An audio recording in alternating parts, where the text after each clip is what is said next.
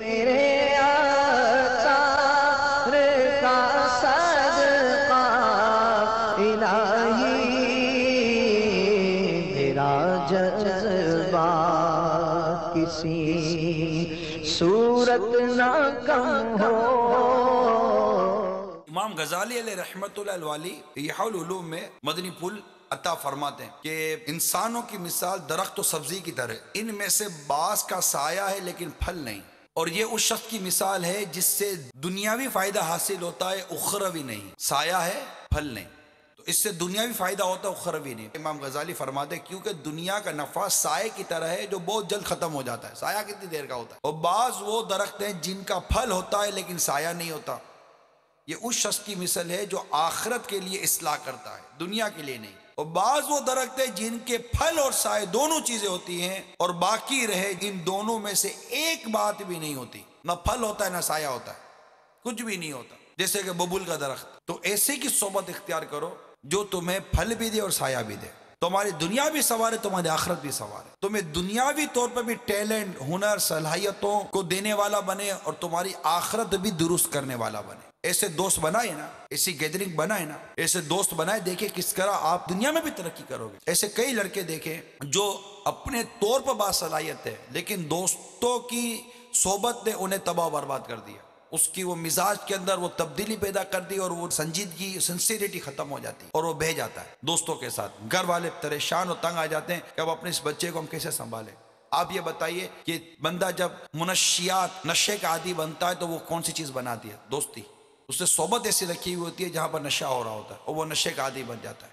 تو پہلے سے ہی کیوں نہ روکا والدین نے؟ کیونکہ اس معاملے میں ہماری رہنمائی نہیں ہو رہی کہ یہاں پر ہمیں یہ دیکھنا ہے کہ دوستی ہمارا بچہ جو کرنا، بچپن سے دیکھے نا کہ آپ کا بچہ جس سے دوستی کر رہا ہے، گلی کوچوں کے اندر، محلے کے اندر دوستی کر رہا ہے، کیا ہے؟ آپ کہیں گے ہم نے سمجھایا، جب ہم سمجھانے جاتے لیٹ ہو جاتے، ہم پہلے سے ہی نہیں روکتے۔ جب شروع سے ہی ہمیں پتہ چلے کہ ہمارا بچہ فلاں فلاں صحبت اور فلاں فلاں گیدرنگ کے اندر ہے تو ہم شروع سے ہی اس کو روکے نا۔ آپ بولو گے کہ بچہ روتا ہے کیا کرو، کل یہ آپ کو رلائے اس سے اچھا تھوڑی دیر یہ رو لے، پھر یہ سب کو رلائے گا۔ چوریاں ڈکیتیاں جو کرتے ہیں یہ کیا دوستوں میں چلے گئے، ایسی گیدرنگ مل جاتی ہے جو ان کو اس طرح لے، یہ جو بھی تقریباً یہ جو برے کام ہوتے ہیں نا، یہ صحبت، برائی، ایسی دوستیاں ہو جاتی ہیں۔ بری عورتوں کے پیچھے پڑ جاتے ہیں، چکر میں پڑ جاتے ہیں، دوستیاں ایسوں سے ان سے تعلق ایک مل جاتا ہے جو اس لائن کا ہوتا ہے سب کو لے جاتا ہے، ایک ہوتا ہے جو شراب کی لائن کا ہوتا ہے سب کو لے جاتا ہے، ایک ہوتا ہے جو بدکاری کی لائن کا ہوتا ہے سب کو لے جاتا ہے۔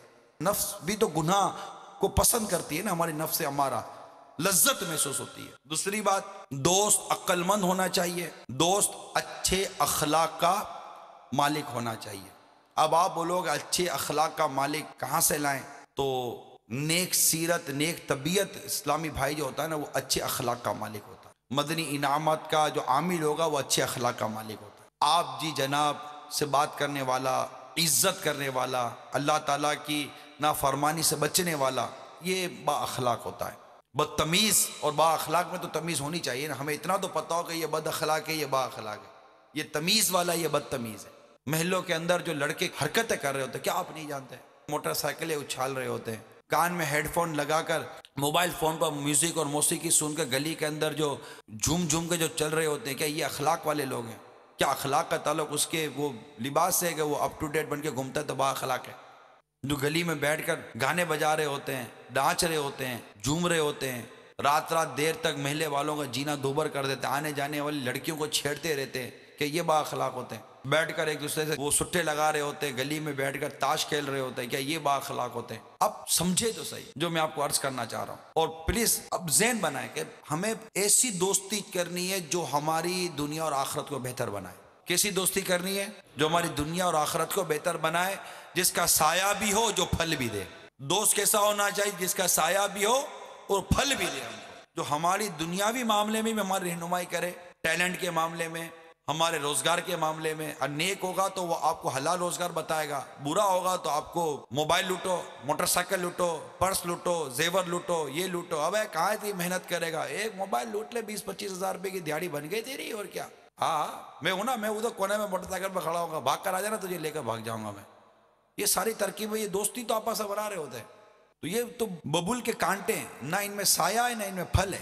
جیسے کہ یہ حیوانوں میں ہوتے ہیں نا، بچھو اور سانپ، یہ ایسے ہوتے ہیں، ان کا کام ہی کاٹنا ہوتا، کوئی بھلائی نہیں ان میں۔ ہمیں کیا ہو گیا کہ ہم نے ایسوں کی دوستی اور صحبت اختیار کی ہوئی۔ جب آپ پہلی مرتبہ ایسوں کی دوستی میں گئے، جس کو آپ نے دیکھا کہ یار یہ لڑکے عجیب ہے، گانا بج رہا ہے، یہ خوب موج مستی لگی ہوئی ہے، آپ کو مزہ آ گیا، آپ کو پتا تھا کہ یہ بری صحبت ہے۔ نماز کا وقت ہوا، یہ نماز کے لیے نہیں اٹھے، آپ کو پتا تھا یہ بری صحبت ہے۔ یہ تاش کھیل رہے تھے، آپ کو پتا تھا یہ بری صحبت ہے۔ یہ فیشن کے متوالے، داڑھی منڈے، بے نمازی دوست، آپ کو پتا تھا یہ بری صحبت ہے۔ یہ گالیاں ایک دوسرے کو دینے والے، آپ کو پتا تھا یہ بری صحبت ہے۔ یہ موٹر سائیکل اور کاروں میں بیٹھ کر تفریح مقامات پر جا کر بری اور غفلت بھری زندگی اور گندگی کے ساتھ رہنے والے لوگ، آپ کو پتا تھا یہ بری صحبت ہے، پھر بھی آپ نے ان سے دوستی کی۔ آخر کار آپ خود چلتے چلتے ان کے جیسے بن جاتے ہو، آپ کا حلیہ تبدیل ہو جاتا ہے، آپ کا کردار تبدیل ہو جاتا ہے، آپ کے اخلاق تبدیل ہو جاتے ہیں، گھر پر آنے کا وقت تبدیل ہو جاتا ہے، ماں باپ کے ساتھ بات چیت کا انداز تبدیل ہو جاتا ہے، بھائی بہنوں کے ساتھ بات چیت کا آپ کا انداز تبدیل ہو جاتا ہے، آپ کی تعلیم و تربیت کا انداز تبدیل ہو جاتا ہے، کیونکہ جانتے تھے کہ بری صحبت ہے، پھر بھی آپ ان کے ساتھ رہے۔ آخر کار یہ بری صحبت برائی کی طرف بڑھتے بڑھتے جرائم کی طرف بڑھتی ہے، کرائم کی طرف بڑھتی ہے، اور ایسی بدعنوانی کی طرف بڑھتی ہے کہ آخر کار یہ اور آپ سب کے سب دوست سلاخوں کے پیچھے چلے جاتے ہیں، اور اتنی بڑی اخبار میں سرخی لگ جاتی ہے، اور خاندان اور ماں باپ کی عزت داؤ پہ لگ جاتی ہے بری صحبت کی وجہ سے۔ کیا ماں باپ نے شرابی بنایا تھا؟ کیا ماں باپ نے جواری بنایا تھا؟ کیا ماں باپ نے بدکار بنایا تھا؟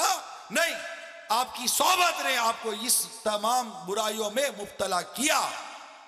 آپ جانتے تھے یہ بری صحبت ہے، ان گلی کے محلے کے بچوں کو، لڑکوں کو جانتے تھے یہ میری صحبت اچھی نہیں ہے، مگر چونکہ آپ کے اپنے مزاج کے اندر یہ چیزیں نہیں تھیں جو اچھائی کو قبول کرے، لہذا آپ نے وہ دوستی اختیار کر لی، کیونکہ صرف اور صرف اس گیدرنگ کو قصوروار نہیں ٹھہرایا جائے گا، کیونکہ آپ کے محلے میں رہنے والے ایسے سینکڑوں بچے ہیں، ایسے سینکڑوں نوجوان ہیں جنہوں نے ان سے دوستی نہیں کی تھی، اپنے کام سے کام رکھتے تھے۔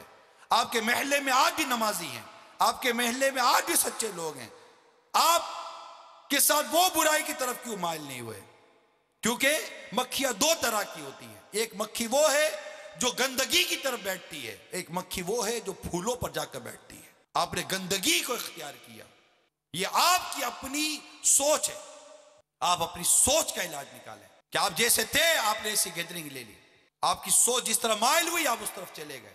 آپ اپنی سوچ کا علاج کیجئے، اپنی طبیعت کا علاج کیجئے، اپنی ذہنیت کا علاج کیجئے کہ انسان کی ذہنیت اس کو تبدیل کر دیتی ہے۔ آپ گھر میں بیٹھے ہوئے ہیں، کوئی بھی نہیں ہے، اگر آپ کی ذہنیت ہے، آپ کی سوچ اچھی ہے، آپ کی مدنی سوچ ہے، مدنی قافلے والے ہیں، عاشقان رسول کی صحبت میسر ہے، مدنی انعامات کے عامل ہیں، اجتماعات میں آتے جاتے رہتے ہیں، مطالعے کا ذوق ہے، مطالعے کا شوق ہے، خوف خدا عز و جل آپ کے سینے کے اندر موجزن ہے۔ آپ کو تنہائی نصیب ہوگی، جیسے ہی آپ کو تنہائی نصیب ہوگی آپ وضو کر کے 2 رکعت نماز پڑھنے لگ جاؤ گے کہ ہاں وہ وقت آ گیا کہ میرے رب کے سوا مجھے کوئی بھی نہیں دیکھ رہا، میں اب اپنے رب کی عبادت کروں گا۔ مگر چونکہ ذہنیت میں گندگی ہوتی ہے، جیسے ہی تنہائی ملتی ہے فوراً گندے چینل شروع کر دیتے ہیں، فوراً گندی کیسیٹیں شروع کر دیتے ہیں۔ یہ سوچ کی اور ذہنیت کی گندگی نہیں تو کیا ہے جو تنہائی میں اللہ کی عبادت کروانے کے بجائے تنہائی میں اللہ کی مزید نافرمانی کروا رہی ہے کہ لوگوں میں نیک نظر آؤں، تنہائی میں بھلے برائی کرتا ہوا آیا جاؤں، لوگ مجھے نیک سمجھے۔ اور ایسا شخص جو لوگوں میں اپنے آپ کو نیک ثابت کرنے کی کوششوں میں لگا رہتا ہے اور اللہ تبارک تعالیٰ سے نہیں ڈرتا، اللہ کے لیے عبادت نہیں کرتا، اللہ کے لیے نیکی نہیں کرتا، اللہ کے تقوی اختیار نہیں کرتا، اور لوگوں میں وہ چیزیں ظاہر کرتا ہے جو اس کے اندر نہیں ہیں، اللہ سے وہ تعلق ظاہر کرتا ہے جو اس کو نہیں ہے، ایسے شخص کو جنت کے قریب لے جا کر بھی جنت کا داخلہ نہیں ملے گا، اس کو جہنم میں ڈال دیا جائے گا۔ میرے آثار کا صدقہ الہی، میرا جذبہ کسی صورت نہ کم ہو